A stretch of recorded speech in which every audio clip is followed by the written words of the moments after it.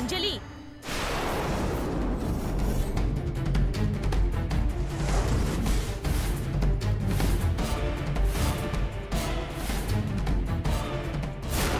ఏంటి పూజలు చేసి అలసిపోయావా?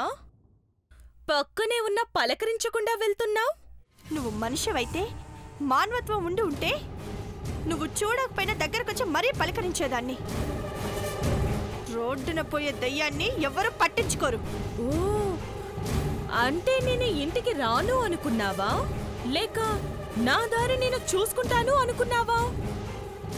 ఇక నీకు మిగిలింది అదొక్కటే. నన్ను గుళ్ళో చంపేస్తానని పిచ్చి పందాలు కాసావు. హాస్పిటల్లో తనని బతకనివ్వను అన్నావు. కానీ డిశ్చార్జ్ చేసుకుని ఇంటికి తీసుకెళ్లిపోయారు. భగవంతుడి అండదండలున్నంత వరకు దుష్ట శక్తులు ఏమి చెయ్యలేవన్నది నిజం. సరే, అయితే ఇప్పుడు ఏం చేద్దామంటావు? బుద్ధి వచ్చిందని ఏ గుడి మెట్ల ముందైనా నిలబడి లెంపలేసుకో. నీ ఆత్మకి శాంతి కలిగిందని దేవుడు కరుణించి వచ్చే జన్మలోనైనా నీకు మంచి జీవితాన్ని ప్రసాదిస్తాడు. ఇన్ని మంచి మాటలు వింటుంటే భయంతో నా కాళ్ళు చేతులు వణికిపోతున్నాయి. తప్పు చేశానన్న ఆలోచనే నన్ను చిత్రబాధ చేస్తుంది.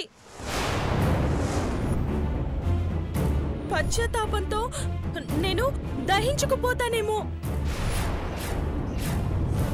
నా శరీరం కాలి బూడిదైపోతుందేమో. ఇప్పుడెలా?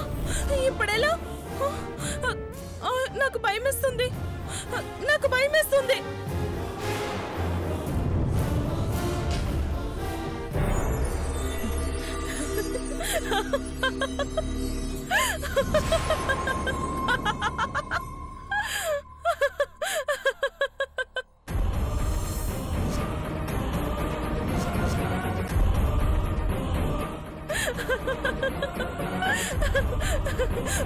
పిచ్చి నా చెల్లి.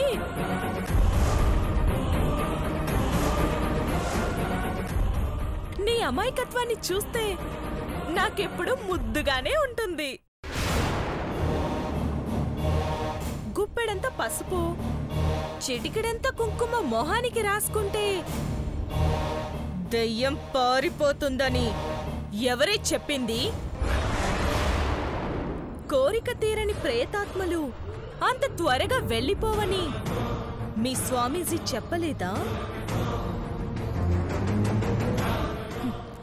నన్ను ఆయనే బంధించలేకపోయాడు.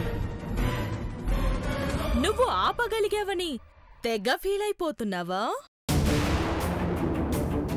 సరే, ఒప్పుకుంటున్నానే, నువ్వే గెలిచావు.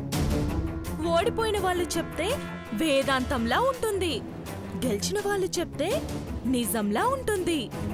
పిచ్చి వాగుడు వాగడమే తప్ప నువ్వేమి చేయలేవని నాకు తెలుసు. పోవే.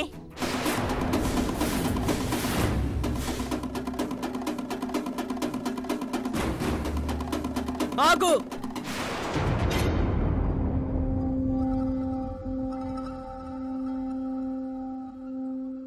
అర్జున్ని హాస్పిటల్లోనూ చంపలేకపోయాను. సరే, పోనీ నీ తాలిబొట్టు తెంచేయినా? అప్పుడు అర్జున్ చచ్చిపోయినట్టే కదా?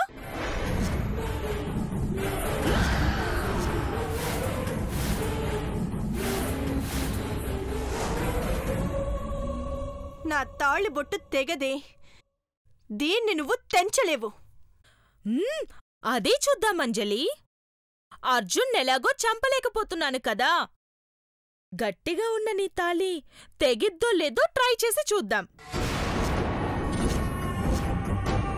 నీ తాళి తెగితే నీ మొగుడు చచ్చినట్టే, నువ్వు ఒప్పుకోవాలి.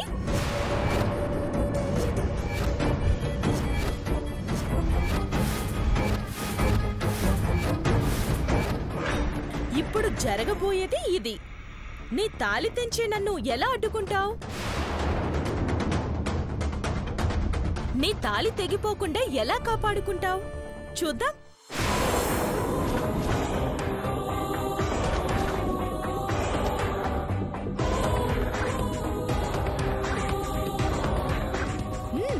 చూద్దాం చూద్దాం